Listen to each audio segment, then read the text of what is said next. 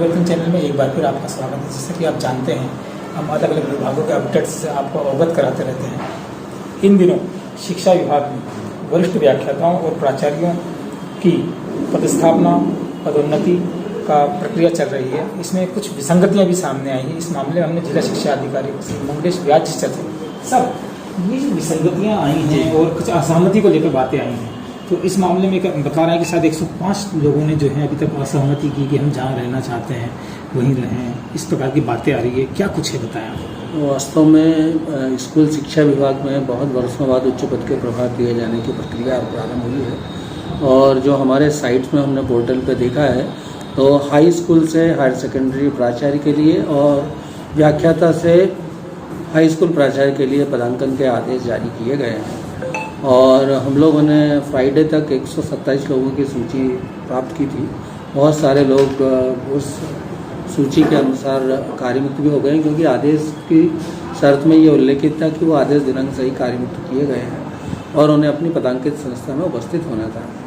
अभी 8 तारीख को एक आदेश प्रसारित हुआ जिसमें ये पदस्थापना स्वैच्छिक की गई है और उसमें कुछ एक प्रक्रिया निर्धारित की गई है कि कोई पदांकित संस्था में अगर उपस्थित होने में असमर्थ है, वो नहीं जाना चाहता है, तो वो सहमति असहमति हमारे कार्यालय में आज 2 बजे तक प्रस्तुत कर दे।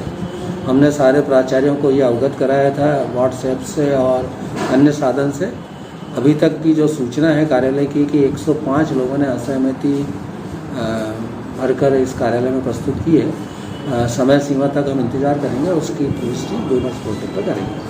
सर, इसके बाद आगे की प्रक्रिया इसके बाद बाद कि 5 बजे आपको सब भोपाल भेजना है रिपोर्ट्स वगैरह। इसके बाद प्रोसीजर ये है कि जो पदांकन के लिए सहमत हैं, जिन्होंने अपने कार्य पर उपस्थित हो गए हैं और उनकी पदस्थापना से संतुष्ट हैं, उन्हें इस काउंसलिंग में उपस्थित नहीं होना है।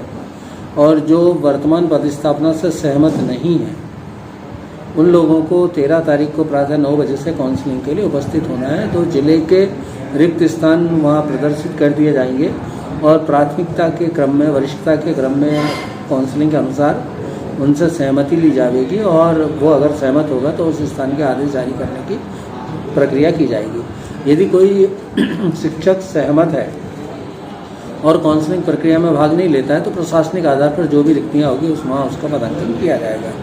और कोई प्राचार्य एकदम असहमत है, जो किसी भी स्थान पर नहीं जाना चाहता है, उसको उसके पूर्व पदांकन स्थल पर ही कार्य करने हेतु निर्देशित किया गया है। सर, कुछ जैसे इस प्रकार की डबल स्टैंडर्ड सही की चीज़ भी हो गई है, जैसे कि रोला से दिनेश मनोहरा को गिरौता भेज दिया गया और यहाँ पे तरुणा महाजन ने ज्वाइन कर लिया। अब ऐसी स्थिति में क्या होगा, या फिर जसवंत कुलकर्णी हसलपुर उन्होंने भी ज्वाइन कर लिया और कोई मिश्रा है छिंदवाड़ा से, वो भी आ गए। इस स्थिति में इसमें सिंपल ये निर्देश है कि मान लीजिए किसी विद्यालय से हाई स्कूल प्राचार्य कार्यमुक्त होकर अन्य संस्था में चले गए हैं, जैसे आपने उदाहरण दिया था जी, इस प्रकार की और भी हुई है सर। उसमें सिंपल ये है कि अगर नया व्यक्ति ज्वाइन हो गया तो उसका पदांकन भी निरस्त होगा।